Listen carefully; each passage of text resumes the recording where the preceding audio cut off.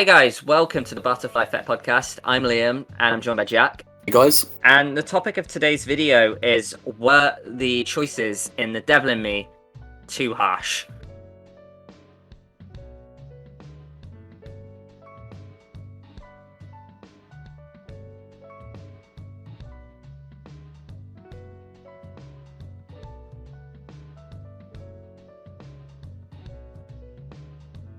So I just wanted to make a video, guys, about the choices of The Devil in Me. Now, I know a few people, myself included, had the opinion that some of the choices might have been too harsh. Should we chastise Supermassive Games for this? So we'll go through 4 choices that I thought, could be possibly named as too harsh in a game, and I'll get your opinion on it, Jack, and let us know in the comments what you thought. So the first choice we get is hide versus run. Now this is when you're Erin and you're in the Silver Ash Institute and you hear Jamie speak. Now she tells you to hide. Now you can either hide or run. Now a lot of people were of the theory, Jack, that they ran simply because they thought it was a recording of Jamie and they thought the killer was trying to lead them into a trap. Now, personally, I think this was completely justified because the last time we see Jamie, she's in a freezer with Charlie. Also, we see various clues around to suggest that this killer does a bit of editing. So, especially because of that Charlie clue, and we think that it's not legit, especially that's what me and you thought.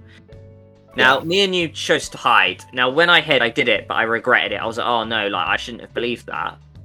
Now, a lot of people thought the same thing, but earlier, and ran into the killer and got killed. A load of people aren't too happy that they killed Erin off here, because you can do. What is your thoughts on this, mate? I can understand why people are annoyed, because like you say, how on earth is she, recording that message? And how on earth is the killer... Because, the killer's not really spoke to Jamie, he's only spoke to Charlie. So how has he got that recording? I suppose that would be an argument for her hiding. But it was. I got it when I was in that situation. I was thinking about hide or run, but I think I was in a situation where I think the brain. I think it said that it was the to use the head decision thing was to hide, and then heart was to run. And I know when talking of Until Dawn, I remember when I was playing as Jessica and I chose to run, and then I ran into the villain. So I think I had that in the back of my mind, and I was thinking at least if I hide, probably going to bring about a heartbeat sequence, so I'll get another throw of the dice to try and get out of it, if you get what I mean. I can understand why, because it's almost as if there was a deleted scene that was cut out of the game that would have bridged that whole reasoning for her leaving you a message. No, I get you, and it did seem like a bizarre decision. And the second choice I wanted to talk to you about, Jack, was the one where I actually killed Erin off. So this is one where there's a bit of personal stake in this for me. Now, this is the scene we saw in the demo, so the air chamber where Erin's on one side and Kate's on the other. Now, spoiler alert, guys, you have to choose to save Erin because Kate's window isn't properly sealed. Now, I went into this knowing, having seen the demo, that a lot of people probably would have chose to save Erin because Erin dies in the demo if you don't save her. Now, I get this, but admittedly, my knowledge of asthma wasn't great, and I thought that Erin having the inhaler would be the difference maker. I thought that maybe in that demo, she didn't have her inhaler, and the fact that I would have given it to her because I didn't use any of the paths, that she would have got out fine. Now she didn't, she died, and Kate got away free. Now when I heard that the reason Kate can get out is because her window wasn't sealed properly, now I'm just a little gutted that there's no knowledge, there's no way that I could have known that. Maybe they could have done something that, maybe you go in the room before and you could see that there's a crack in the window. Maybe you find a clue to suggest that, with a bit of dialogue that says that, oh, we're not going to repair the window, the costs are too extortionate. Something along those lines. But yeah, I killed Erin off here, and I don't know, mate. Do you think that choice is harsh? And do you think that sometimes it's okay to have a luck-based choice in there? To answer the latter question, I don't think it's fair to have it based on luck, but we'll come back to that later. With this choice, it's weird because you're second guessing yourself, aren't you? You're probably sat there thinking, would Supermassive really make it that easy, by releasing this demo to show that you've saved a character or that you've killed a character, rather? I think where I do sympathise with people is the fact that there's a moment when they say, oh, the windows are sealed, and the camera does actually zoom in on the window. Now, I think that's to emphasise the fact that it is sealed, not that there's a crack in it.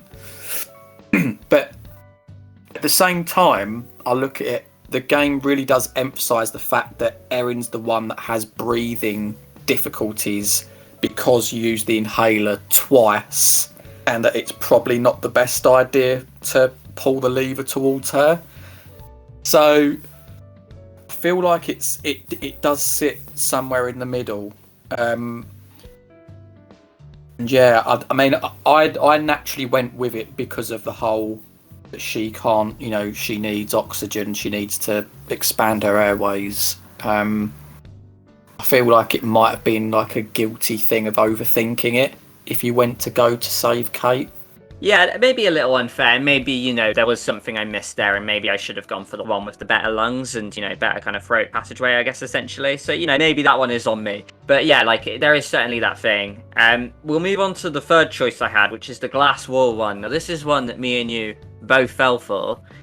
Yeah. And I think for the same reason, which was that we were very heavily reading the premonition, which shows Jamie getting crushed against the wall. So we went and pressed the button, and as a result of this, you and I both killed Kate.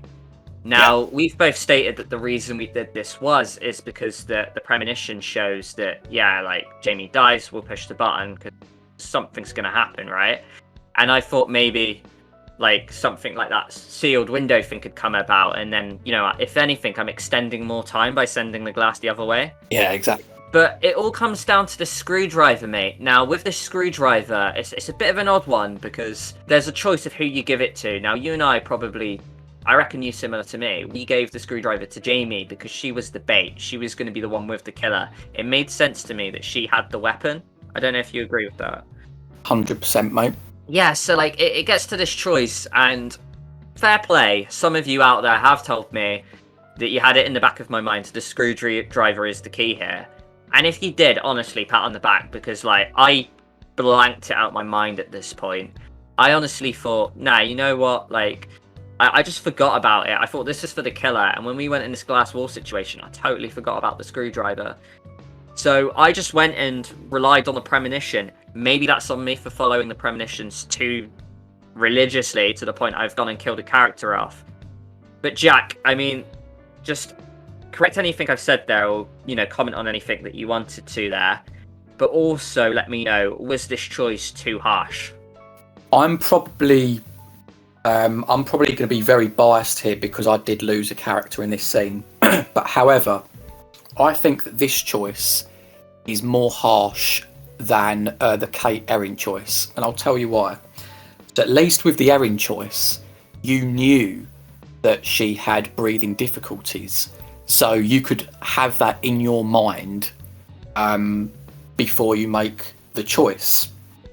With this one, it was given to you, it was fed to you that the screwdriver was going to be there as a weapon to help against the killer. And I think the fact that the premonition, it had a black frame around it, which does signify a death, and it shows that it's Fliss against the wall. That tells you that you really should, if it had a white frame around it, that would tell you to, let the wall come towards her, because, if she does have the screwdriver, she could, of course that does depend on you having the screwdriver in the first place, but in a nutshell, I think that this one is actually more harsh than the previous one. Yeah, I mean, very good comment, mate. We'll swiftly move on to the final one, which I wanted to mention, which is when you're running away from Grantham, and you could be one to three of the girls, Jamie, Kate, and Erin, when you're running away from the killer, and you go to this barn. Now, for me, I can't really comment on this because I only had Jamie, because obviously I killed two characters off previously, as mentioned. But you went and had two characters here. Now, your choices were to climb and run. Now, you chose to climb as Kate, while Jamie was it? No, you chose to climb as Jamie while Erin was at the door. Is that correct? That's right. Yeah. Now, so as you're high up, Erin can't get through the door, and she gets chopped to death by the killer with an axe. Is that correct? It is. Yes. Now, I'll just let you comment on this one, mate, since you were the one directly involved that lost a character to this. Did you feel this choice was really harsh? Yeah, I mean, it comes back to something you said before. Should there be luck in certain choices? For me, no. I think that there's so many things layered into these games where they want you to find the clues so that you can do a bit of detective work so that you can save the characters. And that doesn't mean you're going to necessarily save the characters, but at least you're given enough information there. In this situation, and do correct me if I'm wrong, guys, if there's something that I've missed here, let me know in the comments. This situation, it's almost as if, like, as soon as you hit climb, that's it, Erin's dead. Unless, if Kate's still alive, they then run to the door and then barge the door open. But of course, I never had that because Kate was alive. So it was very 50-50, and there was no way that you could predict it.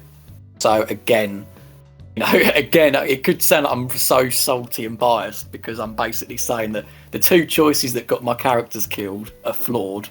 But hey ho, I do genuinely think that they are flawed to some degree. What about you? No, I completely agree. And like I say, I'm slightly biased about the window one, despite the fact that, I know a load of people, probably the majority of people actually did manage to save Erin there. So it's just one of those. And to build on, the overall question, are the choices too harsh and should they be luck-based? I mean, if I'm trying to be devil's advocate here, mate, I will say that, life isn't fair. Sometimes, in life, we will just get a 50-50 coin toss and you have to pick one and you've gone and, hopefully not in real life, killed someone off. But you know what I mean? Like, yeah. That does happen. So, that is a subjective question and it is one for a wider, audience. And let us know in the comments, guys. Do you think choices should be luck-based? I also will say that I like the fact that I had 2 out of 5 characters at the end of my game. I found the game really challenging and it was so much more refreshing and engaging to me than the Quarry, which I thought was just a piece of cake. Like, I was just succeeding QTEs left, right and centre to the point I just got really actually tired in places because it was just too easy to me. But if I go on the other hand, and I agree with you there, should choices be luck-based? I almost agree. No, they shouldn't, because I look at 2 of my favourite games and how they handle choices like this. We'll take Until Dawn, for example, mate. No, you've got Jess that, goes through the trapdoor or whatever, and as Ashley, you can choose to let her out. Now, this game rewards you for reading clues. If you read the book, you will understand that Wendigos can mimic their prey, almost like a parrot can. And, if you read that, you're rewarded. You know not to open that door because it's clearly a Wendigo that's under there if you put 2 and 2 together.